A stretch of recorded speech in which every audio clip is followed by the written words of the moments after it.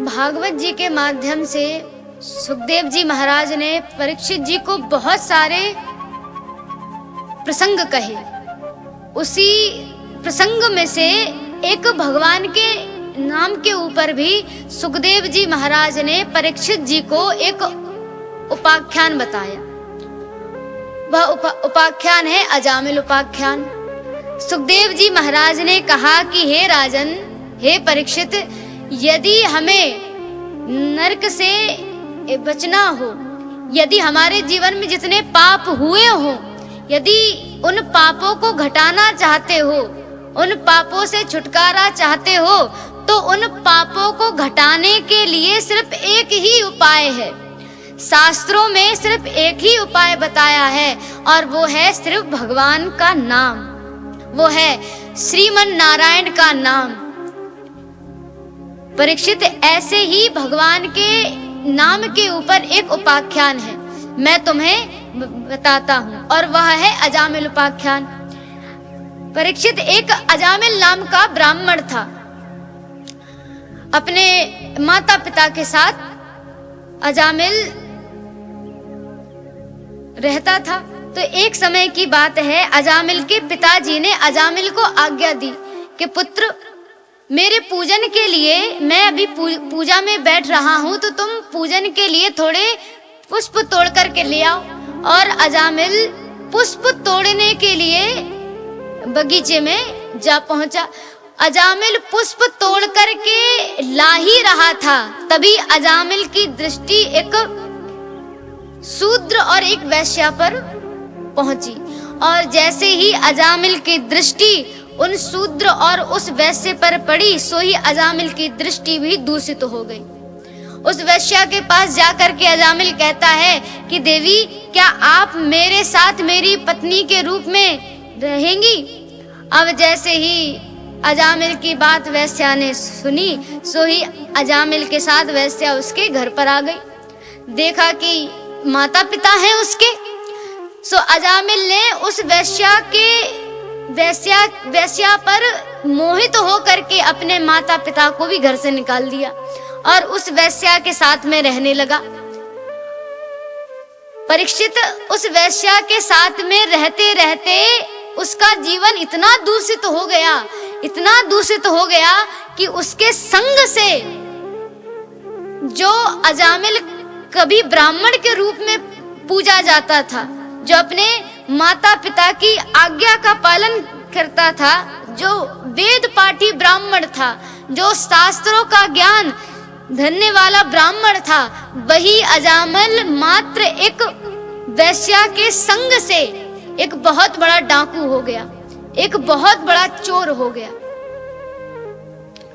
तो उसी प्रकार तो सुखदेव जी महाराज कहते हैं कि परीक्षित, एक संगति मात्र से अजामिल का जीवन पूरा दूषित हो गया। तो कहने का तात्पर्य है, जब अजामिल जैसे ब्राह्मण का उद्धार अपने पुत्र के नाम से हो सकता है, उसके पुत्र का नाम क्या था? नारायण था, और नारायण नाम लेते लेते उसके जीवन का उद्धार हो गया। ऐसे बहुत सारे चरित्र हैं, प्रहलाद जी का है, ध्रुव जी का है, जिससे नाम मात्र से लोगों का उद्धार हो गया, भक्तों का उद्धार हो गया। आपने तुलसीदास जी महाराज के विषय में सुना होगा, श्री वाल्मीकि जी महाराज के विषय में सुना होगा, भक्तिमती मीराबाई के बारे में सुना होगा कि कैसे नाम के आधार पर आज मीराबाई को हम लोग जानते हैं। भक्तों की शिरोमणि है श्री मीराबाई जी। और वाल्मीकि जी महाराज के विषय में अगर हम सुने, वाल्मीकि जी महाराज कौन है? वाल्मीकि जी महाराज के बारे में बताया जाता है कि जब भगवान का प्राकट्य हुआ, तब भगवान के लीला के गान के लिए ब्रह्मा जी ही वाल्मीकि जी महाराज के रूप में प्रकट हुए।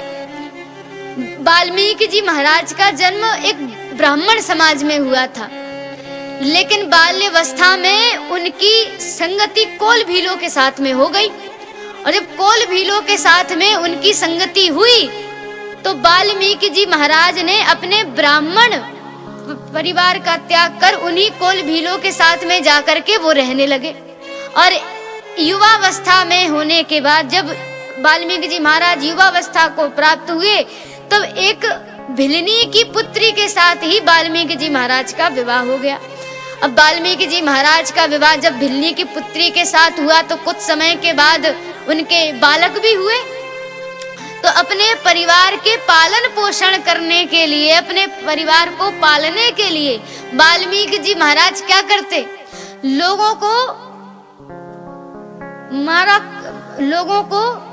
मारते थे, लोगों को मारते थे। अर्थात मार्ग में जो लोग आते जाते थे उन लोगों को वाल्मीकि जी महाराज मार देते थे। और उनके पास से जो धन निकलता था उसी धन के माध्यम से वाल्मीकि जी महाराज अपने परिवार का पालन पोषण किया करते। एक बार की बात है, उसी मार्ग से देवर्षि नारद का आना हुआ। सप्त ऋषियों के साथ देवर्षि नारद आ रहे थे। अब जैसे ही वाल्मीकि जी महाराज ने इतने सारे संत महात्माओं को देखा और जैसे ही नारद जी महाराज सभी संत महात्माओं के साथ आगे आए, सो ही वाल्मीकि जी महाराज ने नारद जी को धर दबोचा। तब नारद जी ने पूछा कि भाई तुम एक बात बताओ कि ये जो तुम लोगों को मारते हो, लूटते हो, लूटने के बाद उनको मार देते हो, क्यों? तब वाल्मीकि जी ने कहा कि क्योंकि हम लोगों को मारने के बाद जो धन निकलता है उस धन से हम अपने परिवार का पालन पोषण करते हैं। नारद जी ने कहा कि भाई तुम्हें पता है कि जिस परिवार के पालन पोषण करने के लिए तुम लोगों को मार रहे हो, उनको लूट रहे हो, ये जो तुम अधर्म का काम कर रहे हो, पाप क्षमा, ये जो तुम अधर्म का काम कर रहे हो, इस अधर्म को जब भोगने की बारी आएगी, जब इस पाप को भोगने की बारी आएगी तो तुम्हारे परिवार के लोग ही तुम्हारा साथ देने वाले नहीं हैं। वाल्मीकि जी महाराज ने कहा क्यों नहीं देंगे? जब हम अपने परिवार के पालन पोषण के लिए ही लोगों को मार रहे हैं, ये अधर्म का काम कर रहे हैं, तो वो भी हमारा साथ अवश्य देंगे, तो वो भी हमारा साथ अवश्य देंगे। तब नारद जी महाराज ने कहा कि नाना, अगर तुम्हें मेरी बात पे विश्वास नहीं होता है तो तुम अपने परिवार के लोगों के पास जाओ और जाकर के उनसे पूछो। वाल्मीकि ने कहा कि अच्छा, तो आपको ये लगता है कि बस आप ही विद्वान हैं, बाकी लोग मूर्ख हैं? मैं आपकी बातों में आकर के आपके अपने परिवार के पास जाऊंगा ये बात पूछने के लिए, और आप भाग गए तो? नारद जी ने कहा कि भैया, अगर तुम्हें हमारे ऊपर विश्वास ना हो तो तुम एक काम करो कि हमें यहीं पास में किसी वृक्ष से बांध दो और फिर अपने परिवार के पास जाकर के यह बात पूछ करके आओ। तब वाल्मीकि जी महाराज ने नारद जी को उसी वृक्ष से बांध दिया और अपने परिवार के पास गए और पूछने लगे कि एक बात बताओ, हम तुम्हारे पालन पोषण के लिए लोगों को मार रहे हैं, लोगों को मार देते हैं, तो जब ये जो पाप भुगतने की बारी आएगी, जब अधर्म भुगतने की बारी आएगी, तो आप लोग हमारा साथ दोगे? परिवार के लोगों ने कहा, बालकों ने कहा कि पिताजी देखो, हमारा पालन पोषण करना आपका धर्म है, आपका कर्तव्य है। अब चाहे आप हमारा पालन पोषण धर्म से करो, चाहे अधर्म से करो, चाहे आप धन धर्म से लेके आओ, चाहे अधर्म से लेकर के आओ, ये आप जानो। अब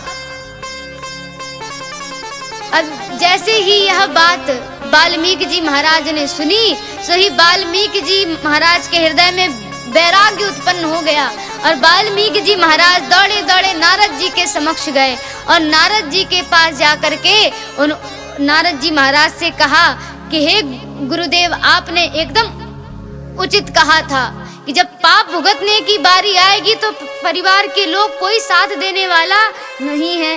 हे गुरुदेव, मैंने अपने परिवार के पालन पोषण के लिए बहुत सारे लोगों को मार दिया, अधर्म किया, पाप किया।